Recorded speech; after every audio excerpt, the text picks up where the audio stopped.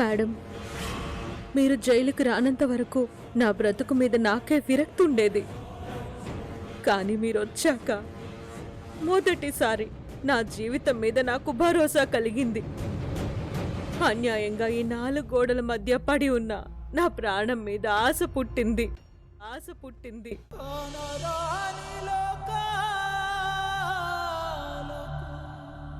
మీ విషయంలో అసలు నిజమేంటో తెలుసుకోకుండా నేనెంత మూర్ఖంగా ప్రవర్తించానో నాకు తెలుసు.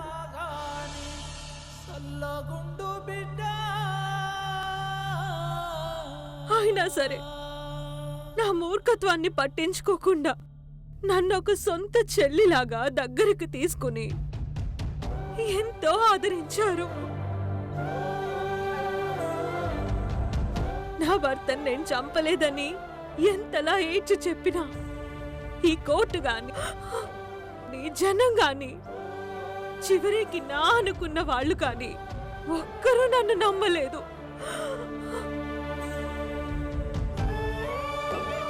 అలాంటిది మీరు నా కథంతా విని నన్ను నమ్మి ఒక అక్కలాగా నా బాధ్యత తీసుకున్నారు. జైలు నుంచి నిర్దోషిగా విడిపించాలని నా కేసుని రీఓపెన్ చేయించారు. మీరు నన్ను ఎలాగైనా ఈ జైలు నుండి విడిపిస్తారని, నాకు పుట్టబోయే బిడ్డతో నేను మళ్ళీ సంతోషంగా బతకొచ్చని ఎన్నో కలలు కన్నాను. ఇంకా కలలన్నీ కన్నీళ్లుగా ఆవిరైపోవాల్సిందేనా మేడం? ఇప్పుడు నన్ను జైలు నుంచి ఎవరు విడిపిస్తారు మేడం? నాకు నా కడుపులో ఉన్న బిడ్డకి దిక్కెవరు మేడం? ఎంత పని జరిగిందక్క. నీకిలా జరుగుతుందని నేను అస్సలు ఊహించనే లేదు. నువ్వు నా లైఫ్లోకి వచ్చాకే నాకు నా గోల్ మీద బలమైన నమ్మకం కలిగింది.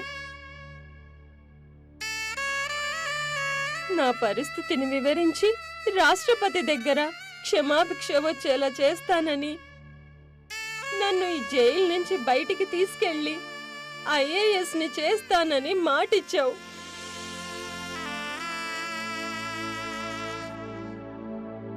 ఇప్పుడు ఆ మాటని నిలబెట్టుకోకుండానే వెళ్ళిపోయావాక.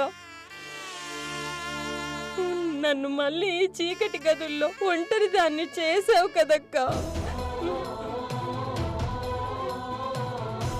నువ్వు బయటికి వెళ్ళగానే నా కుటుంబానికి అండగా ఉంటావని, నా కొడుకుని ఉద్యోగంలో పెట్టేస్తానని చెప్పావు. ఇప్పుడు నాకు నా కుటుంబానికి దిక్కెవరు తల్లి? అడగకుండానే నా బిడ్డ పెళ్లి చేయడానికి సాయం చేస్తానన్నావు. ఇప్పుడు నాకు సాయం ఎవరు చేస్తారు?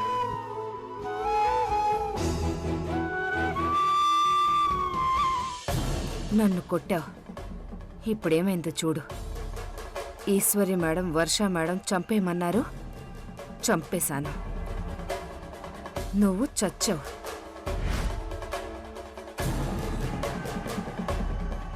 చూస్తున్నారుగా ఖైదీలంతా ఎలా ఏడుస్తున్నారో. అర్థమవుతుంది. జైలు లోపల ఈవిడకు పెద్ద సైన్యాన్ని ఏర్పాటు చేసుకుంది.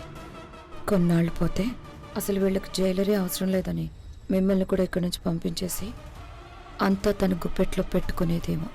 అందుకే కదా మేడం ప్లాన్ చేసి మరీ చంపింది. చెప్పాను కదా మేడం, ఇది సరోజ పగని. చూడండి రాణమ్మ ఎలా చచ్చిపడుందో. నా ఖాతాలో రాణమ్మ బలి. సరోజ, ఈశ్వరి గారు పర్మిషన్ ఇస్తే ఈ జైల్లోనే నీకు గుడి కట్టిస్తాను. Thank you madam, thank you. అసలు నిన్ను గట్టిగా వాటేసుకొని నా సంతోషాన్ని బయటికి చూపించాలనుంది. అందరూ ఉన్నారని ఆగిపోతున్నాను. ఫార్మాలిటీస్ అన్నీ కంప్లీట్ కానివ్వండి. నైట్కి ముగ్గురం జైల్లోనే పెద్ద పార్టీ అరేంజ్ చేసుకుందాం. విచ్చలు విడిగా ఎంజాయ్ చేద్దాం. ఈ ఐడియా ఏదో బానే ఉంది.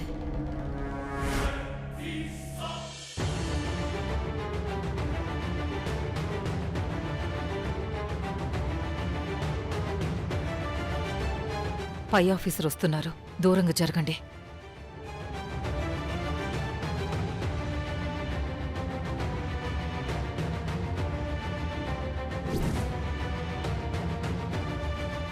ఎలా జరిగింది? ది గ్రేట్ ఇండస్ట్రియలిస్ట్ ధర్మతేజ గారి భార్య రాణమ్మ సార్ ఈవిడ. చాలా మంచి ఆవిడ.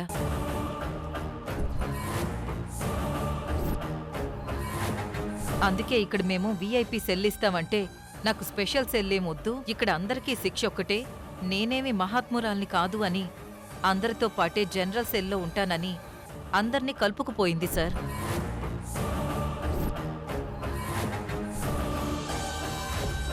అలాంటి రాణమ్మ ఇప్పుడిలా మట్టిలో కలిసిపోతుందని ఎవ్వరూ ఊహించలేదు సార్.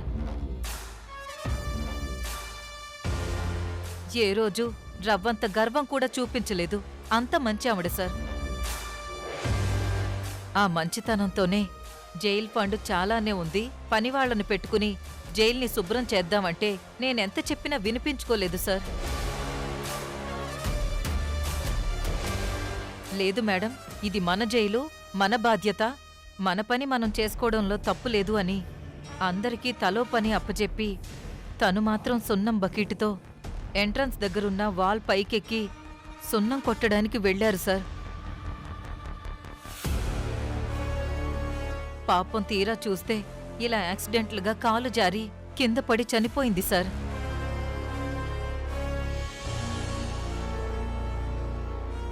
అవును సార్, తను నాకు తోటి ఖైదీ మాత్రమే కాదు, ఆత్మబంధువు కూడా.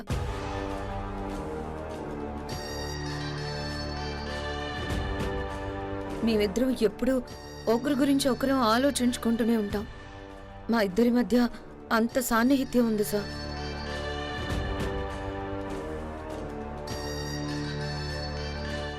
రానమ్మ ఎప్పుడు తనకంటే ఎదుటి వాళ్ళ గురించే ఎక్కువగా ఆలోచించేది సార్. ఇవాళ ఆ మంచితనమే ఆవిడ ప్రాణం తీసింది.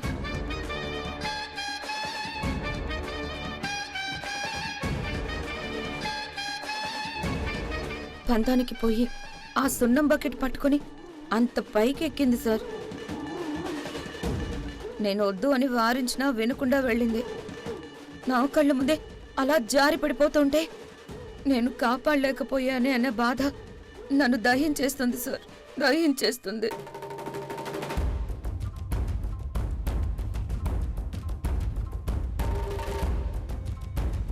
అబ్బా, ఏం నటిస్తున్నారు వర్ష మేడం. సార్, ఇక్కడ మాకు మేడం ఒక గాడ్ ఫాదర్తో సమానం. మేడం ఏది చెప్తే అదే చేసేవాళ్ళం. నిన్ననే నా ప్రవర్తన సరిగ్గా లేదు, మార్చుకోమని చెప్తే క్షణం కూడా ఆలోచించకుండా మేడం చెప్పినట్టు విని నన్ను నేను సరిచేసుకున్నాను.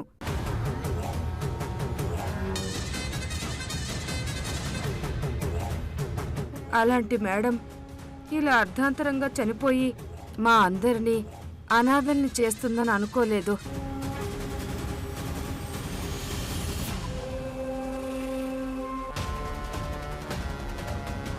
రాణమ్మ గురించి చెప్పాలంటే ఒక్కొక్క ఖైదీకి ఒక్కొక్క రోజు టైం కూడా సరిపోదు సార్. ఆవిడ అంత మంచి ఆవిడ సార్. మీరొచ్చేంతవరకు వెయిట్ చేద్దామని మేము శవాన్ని ఇక్కడే ఉంచాం.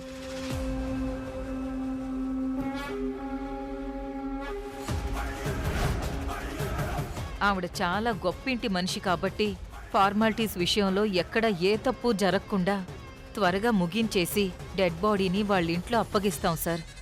జైలర్గా ఇది నా పర్సనల్ రిక్వెస్ట్.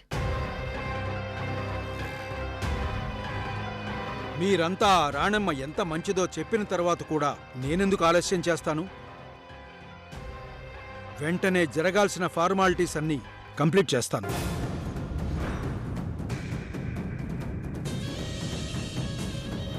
ఎస్ఐ గారు ఇంకా చూస్తారేంటి? ఈశ్వరి గారిని అదుపులోకి తీసుకోండి.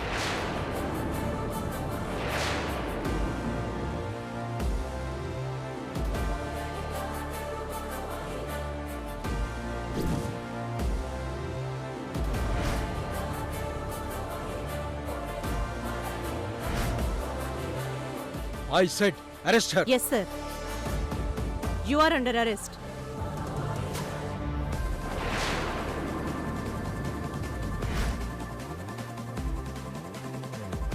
సార్ సార్ నేనేం తప్పు చేశాను సార్? నన్నెందుకు అరెస్ట్ చేస్తున్నారు? మేడం ఏం చేశారు సార్? ఈ మేడం ఒక్కరినే అరెస్ట్ చేస్తున్నామని ఆ మేడం ఫీల్ అవుతున్నట్టున్నారు. ఆ మేడంని కూడా అరెస్ట్ చేయండి.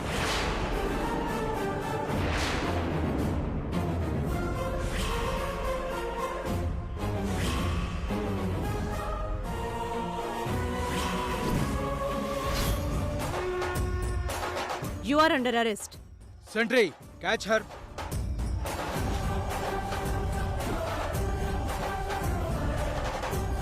సార్ మేమే తప్పు చేశాం సార్.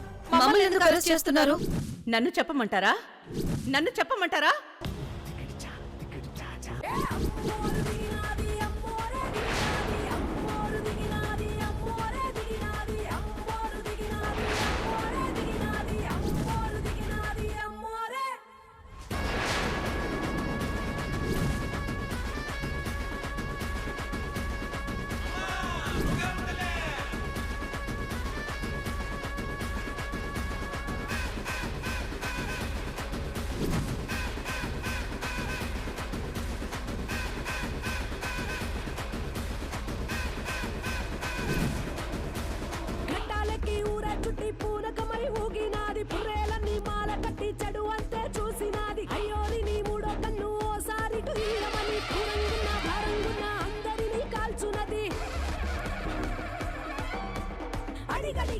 అడిగడి పోతు రాజు కొరడాలతో నీ అడుగులు పడి పడి పడి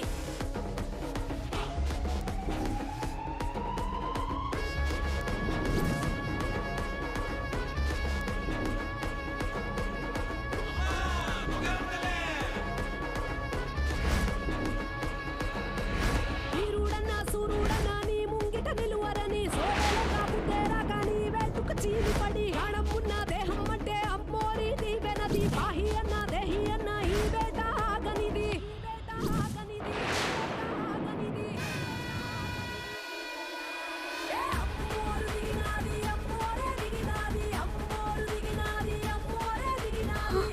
మేడం,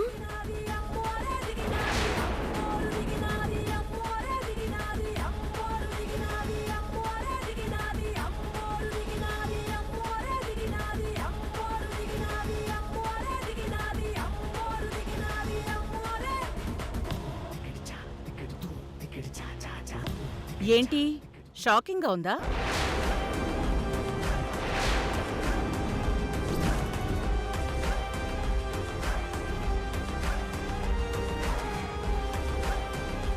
తల పుచ్చకాయలా పగిలి చచ్చిన రాణమ్మ ఇలా నవ్వుకుంటూ బ్రతికొచ్చిందేంటా అని ఆశ్చర్యంగా ఉందా?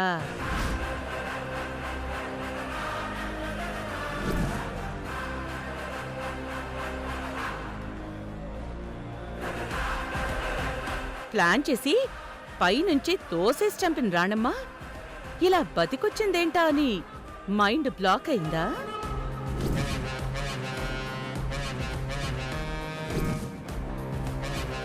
నా తల ముక్కలైపోయి నా ప్రాణం గాల్లో కలిసిపోయి ఉంటుందని లెక్కలేసుకుని మరి పార్టీలు చేసుకోవడానికి ప్రిపేర్ అయిపోతున్నారేమో.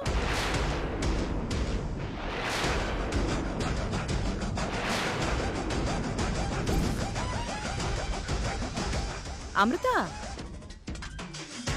ఆ డెడ్ బాడీ ఎవరిదా ఏంటా అని మేడం వాళ్ళు చాలా క్యూరియాసిటీగా ఎదురుచూస్తున్నారు. ఒక్కసారి ఆ క్లాత్ తీసి చనిపోయిన రాణమ్మ డెడ్ బాడీ ఎలా ఉంటుందో వాళ్ళకి చూపించు.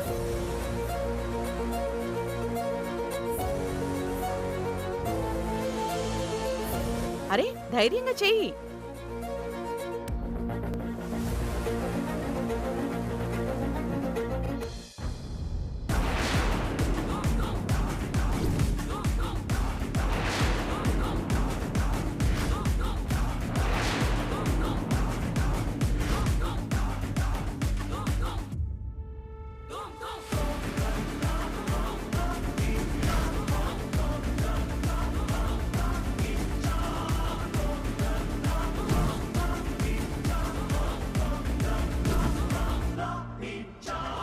ఏంటి బొమ్మను చూడగానే తల తిరుగుతుందా? కళ్ళు బయర్లు గమ్ముతున్నాయా?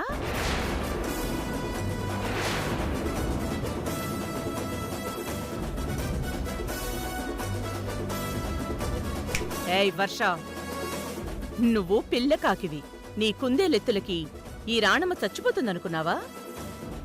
నేనీ జైలు గడప తొక్కినప్పుడే ఇక్కడ ఎవరు యోగ్యులో, ఎవరు మీలాంటి గుంట నక్కలో అన్నీ తెలుసుకున్నాను. నువ్వేసే ప్రతి నక్క వేషం నాకు తెలుస్తూనే ఉంటుంది. అందరినీ మేపుతూ అందర్నీ నీ వైపుకు తిప్పుకుని నన్నే బలి చేయాలనుకున్నావా? ఒక మనిషి ప్రాణం తీస్తేనే నీ ప్రాణానికి సంతోషంగా ఉంటుందా? ఎందుకే నీకిలాంటి బతుకు? నిన్నప్పుడు పోలీసులకు పట్టించినప్పుడు కూడా పాపం ఆడపిల్ల ఏమైపోతుందోనని జాలిపడ్డాను. కాని నువ్వు నా కొడుకునే చంపాలని చూసిన తర్వాత ఇంక నీ మీద కనికరం చూపించటం నన్ను నేనే మోసం చేసుకోవడం కాదు, నా తల్లి ప్రేమని అవమానించుకున్నట్టవుతుందని నీ మీద జాలి పడ్డమే మానేశాను.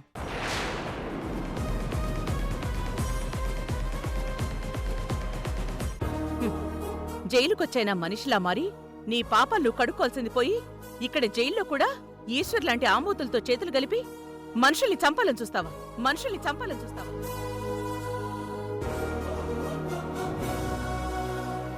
చదువుకున్న దానివి, నీ చదువుకి తగ్గ మంచి జాబ్ ఏదైనా చేసి మంచిగా బతికుంటే ఈ పాటికి నీ లైఫ్ సెటిల్ అయి ఉండేది. కానీ నువ్వు అడ్డదారిలో అందలం ఎక్కాలని ఇక్కడికొచ్చి పడ్డావు. దీనివల్ల నువ్వు సాధించిందేంటి? పోనీ ఇక్కడికొచ్చాకైనా చేసిన తప్పుకి పశ్చాత్తాపడి సత్ప్రవర్తనతో ఉండుంటే చట్టమే నువ్వు మారేవారి గుర్తించి నిన్ను రిలీజ్ చేసి ఉండేది.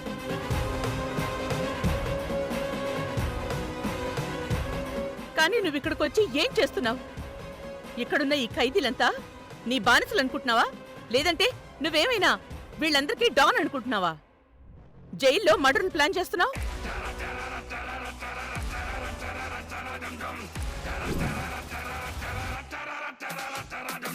అసలు నా గురించి తెలిసి నేను ఎలా ఉంటానో చూసి కూడా నాతో పెట్టుకోవాలని ఎలా అనిపించింది చెప్పు?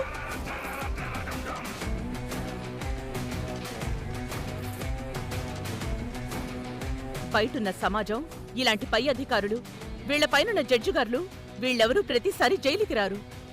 ఇక్కడ జరిగేవి చూడ్రు. మమ్మల్ని మీ చేతుల్లో పెట్టి మీరు మమ్మల్ని మనుషులుగా మారుస్తారని నమ్మి ఇక్కడ వదిలి వెళ్తారు. జైలర్ అంటే ఈ 4 గోడల మధ్యకొచ్చిన ప్రతి ఖైదీకి ఒక తల్లితో సమానం.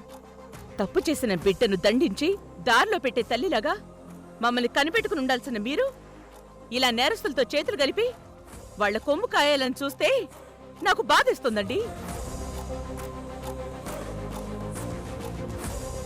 ఒక సంస్కర్తగా ఉండాల్సిన మీరు ఇలా కుట్రలకి సహకరిస్తూ మీ వృత్తిని ఎంత దారుణంగా దిగజార్చుకున్నారో మీకు అర్థమవుతోందా?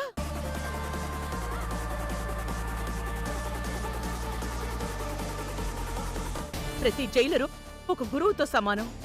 స్కూల్లో గాని కాలేజ్లో గాని పిల్లలు తప్పు చేస్తే టీచర్ ఎలాగా ఆ తప్పుని సరిచేసి ఒక మంచి దారి చూపిస్తారో అలాగే ఒక జైలర్ కూడా తప్పు చేసి ఖైదీలుగా వచ్చిన వాళ్ళ తప్పుల్ని సరిదిద్ది వాళ్ళని మనుషులుగా తీర్చిదిద్ది సరైన దారిలో నడిపించాలి.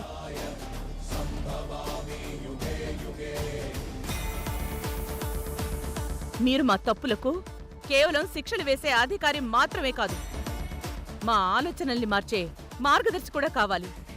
కానీ మీరు మాత్రం ఆ బాధ్యతల్ని గాలి కుదిలేసి ఇలాంటి నేరస్తులతో చేతులు కలిపి చట్టానికి సమాజానికి ఎంతో ద్రోహం చేస్తున్నారు. మీరు కాపాడాల్సింది ప్రాణాలు, పాతివేయాల్సింది నేర ప్రవృత్తిని. కానీ మీరు చేస్తోందేంటి? నేరస్తుల్ని కాపాడుతూ మీ నిజాయితీని వాళ్ళ కాళ్ళ దగ్గర పాతి పెడుతున్నారు. ఇది ఎంత దారుణం! రాణమ్మా, నన్ను వెర్రిదాన్ని చేశావు. నా కళ్ళ ముందే నువ్వు పైనుంచి పడిపోయి నెత్తురు మడుగులో పడి చచ్చావు. అలాంటిది మళ్ళీ ఎలా బతికొచ్చావు?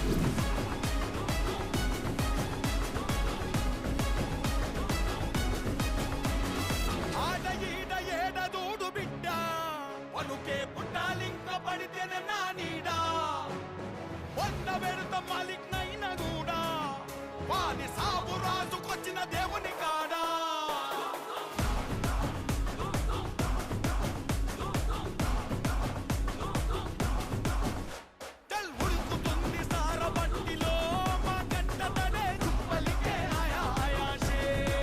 నిజానికి రాణమ్మ అసలు మంచిదే కాదు సార్. ఛ! అది నోరా లేక మురిక్కాలవా? ఏ ప్రూఫ్స్తో నన్ను అరెస్ట్ చేస్తున్నారు? ఆధారాలు మా దగ్గర ఉన్నాయి.